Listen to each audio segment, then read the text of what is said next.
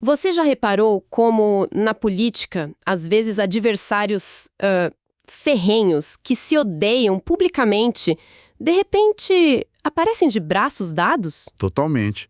Formam uma aliança, derrubam um inimigo em comum e... E logo depois a gente vê a faca nas costas, a traição espetacular.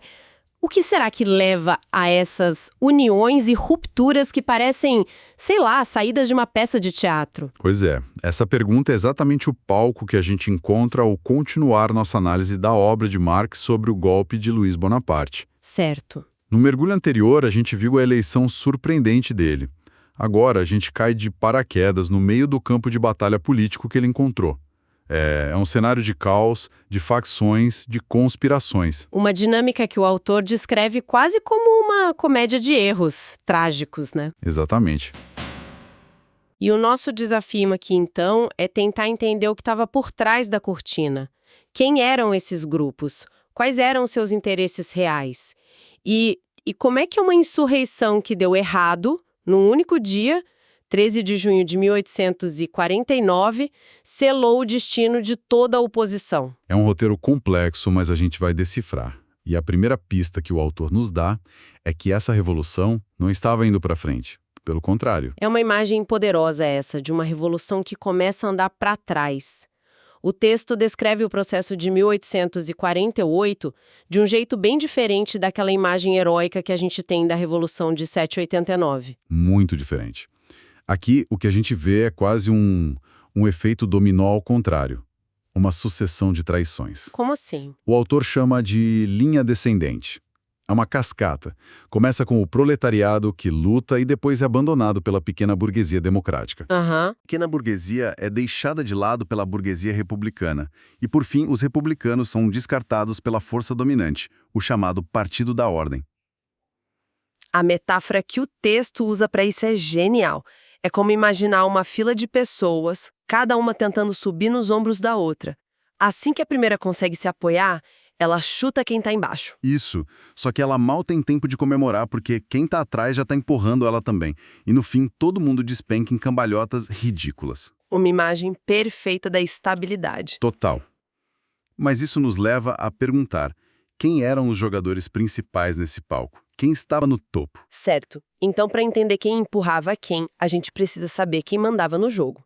Vamos começar por esse grupo que estava no poder, o tal Partido da Ordem. O nome só é imponente, mas o que era ele de verdade? O Partido da Ordem era a grande força política da época. Mas era um gigante com pés de barro. A rachadura estava na sua própria composição. Ah, é. Ele era, essencialmente, uma grande coalizão de duas facções monarquistas. Ou seja, dois grupos que queriam um rei no poder. E que se uniram. E que, paradoxalmente, se uniram para governar sobre uma república que eles, no fundo, detestavam. Espera aí. Isso parece uma contradição gigantesca. Como é que dois grupos que querem reis diferentes, de dinastias rivais, Exato. conseguem governar juntos? E por que debaixo de uma república, se os dois a odeiam? Isso não é uma bomba relógio? Era exatamente uma bomba relógio. Mas uma que eles achavam que podiam controlar. A cola que unia esses dois grupos não era a ideologia, não era um projeto de país. Era o que então? Era interesse material de classe. Bem mais concreto. De um lado você tinha os legitimistas. Certo. Eram os defensores da dinastia Bourbon, a realeza mais antiga, tradicional. Representavam a aristocracia, os grandes proprietários de terra, o poder antigo, digamos assim. A realeza mais raiz, por assim dizer. Exato. E do outro lado você tinha os orleanistas. Eles apoiavam a dinastia de Orleans, que tinha subido ao poder mais recentemente. E quem eles representavam? A alta finança, a indústria, o grande comércio, o poder do dinheiro novo, do capital. Historicamente, esses dois grupos eram inimigos mortais. E o que fez esses inimigos se abraçarem? O medo. O medo de algo que eles consideravam pior. As classes mais baixas, especialmente o proletariado, que tinha mostrado sua força em 48. Entendi. Então, eles se uniram sob a bandeira neutra da ordem. A ideia era garantir o domínio da burguesia como um todo.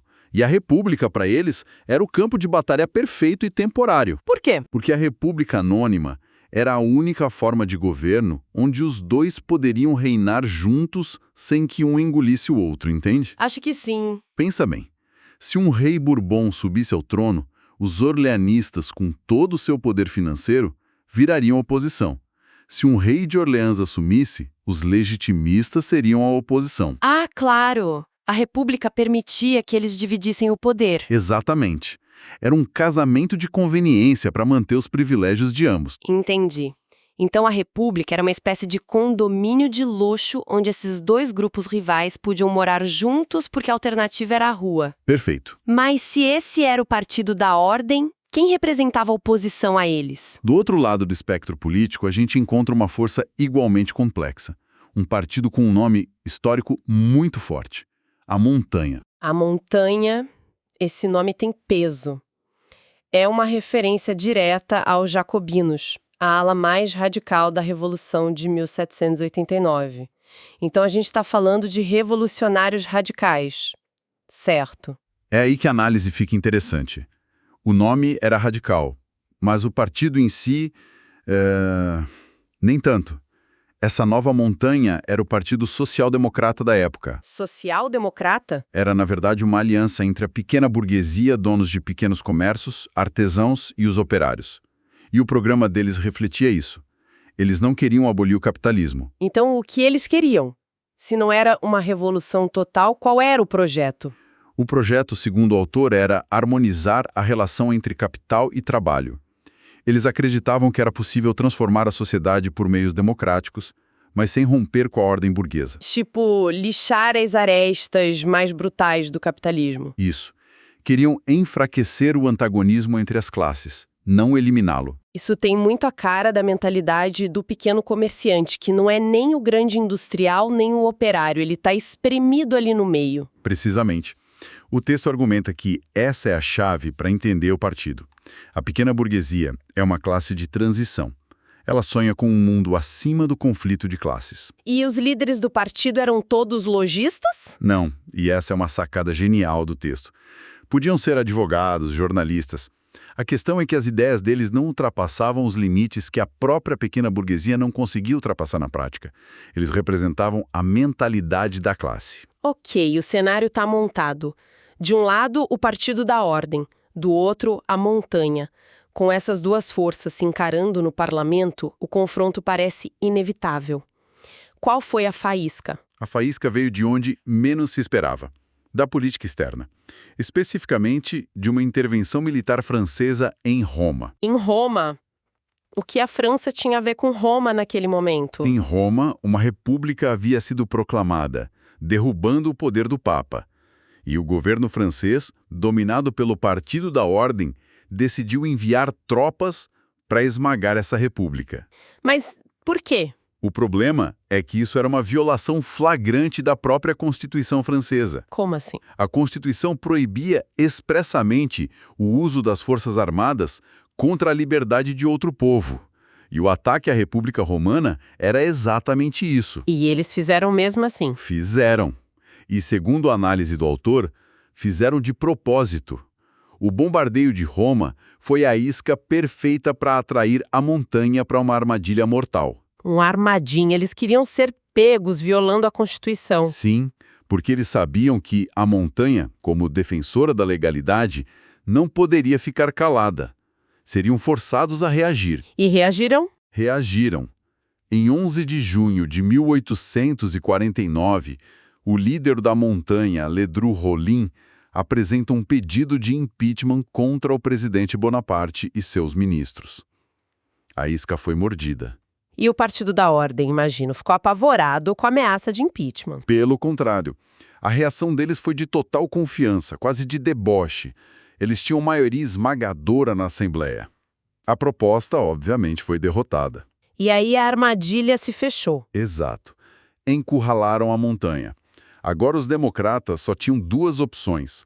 Ou aceitavam a derrota humilhante, ou levavam a luta para as ruas. E eles foram para as ruas. Foram.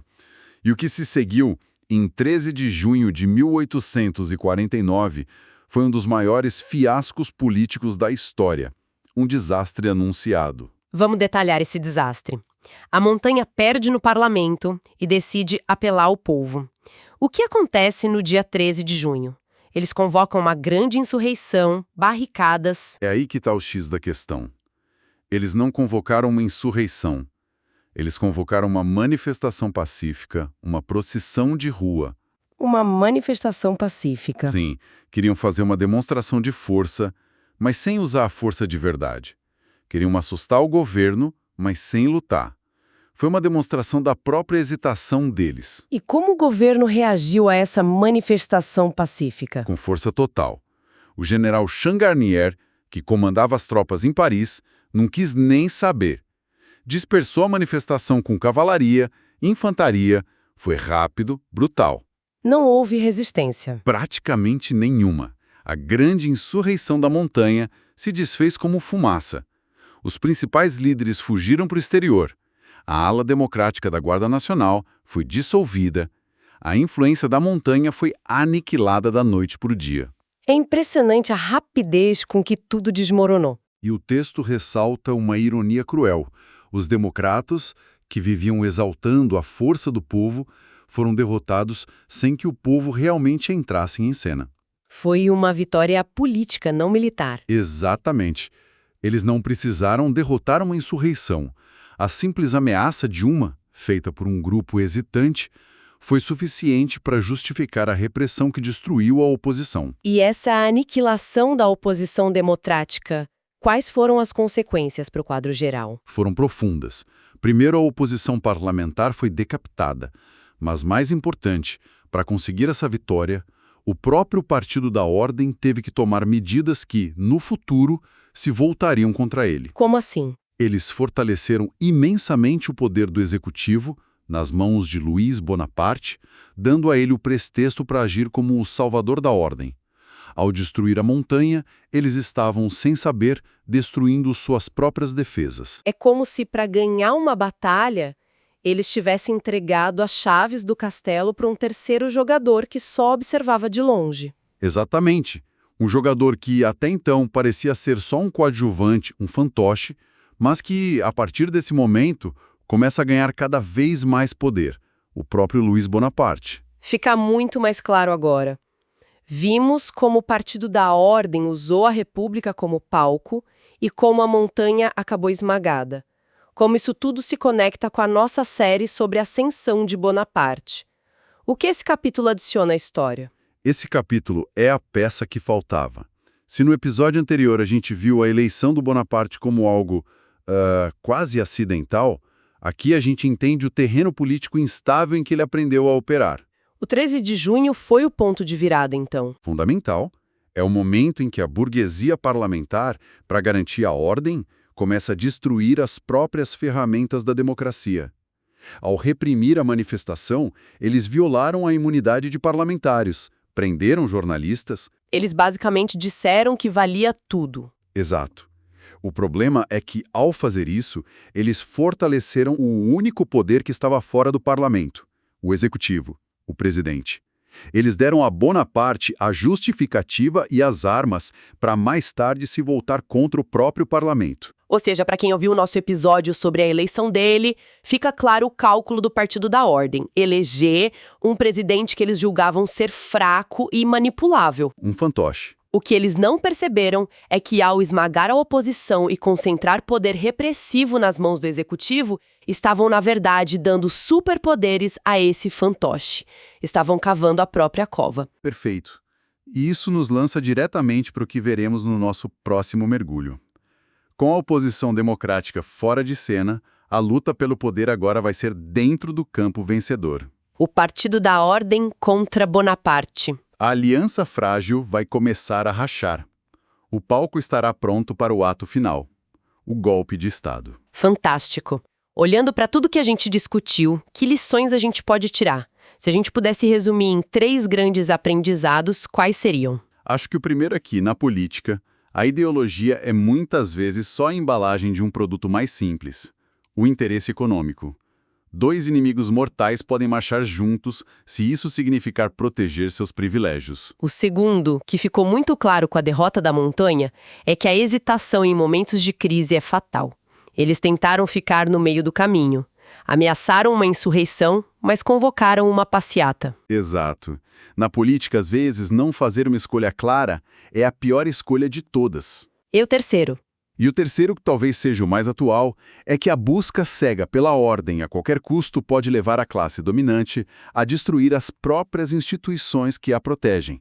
O Partido da Ordem entregou o poder de reprimir ao executivo e esqueceu que esse poder pode ser usado contra você no futuro. O clássico feitiço que se vira contra o feiticeiro. Isso deixa um pensamento final bem provocador para quem nos ouve. Sim, o texto revela algo profundo sobre a mentalidade da montanha. Eles pareciam acreditar que bastava dar um sinal no parlamento para que o povo, como uma entidade mágica, se levantasse. Isso mostra uma desconexão imensa. A derrota deles foi, acima de tudo, a derrota de uma forma ingênua de se pensar a mudança social. Continue acompanhando nossa série para descobrir os próximos passos na jornada que transformou a Segunda República Francesa no Segundo Império.